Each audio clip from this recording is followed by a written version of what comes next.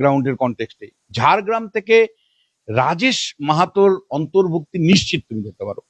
রাজেশ মাহাতো আজকে এই মাহাতো সম্প্রদায়ের যে পুরো সমর্থন এতদিন তৃণমূলের ছিল, 2026-এর নির্বাচনে মানে কেন্দ্রীয় নেতারা, সুনীল বনসনরা, মাহাতো সম্প্রদায় না, মাহাতো সম্প্রদায়ের পুরো সমর্থনটা তারা পেয়েছে যারা আন্দোলন করছিল।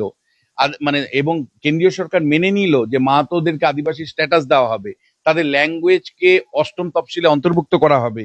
ফলে এই কনটেক্সটেই মাহাতোদের মানে সমর্থন, বিজেপিকে সমর্থন জানিয়েছে। সেখানে রাজেশ মাহাতোর অন্তর্ভুক্তি ঝাড়গ্রাম জেলা থেকে কিন্তু নিশ্চিত। যে পুরুলিয়া জেলাতে কিন্তু দু তিনটে নাম আমি তোমায় বলতে চাই। একটা হলো সুদীপ কুমার মুখোপাধ্যায়।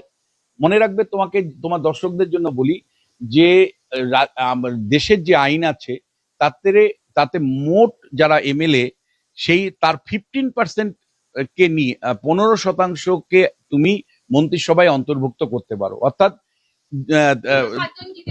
হ্যাঁ, না ওটা না, 294টি আসন আমাদের, আর একজন মনোনীত নিয়ে 295 এর 15% ওই 3-15-45 44 জনের মতন হয়।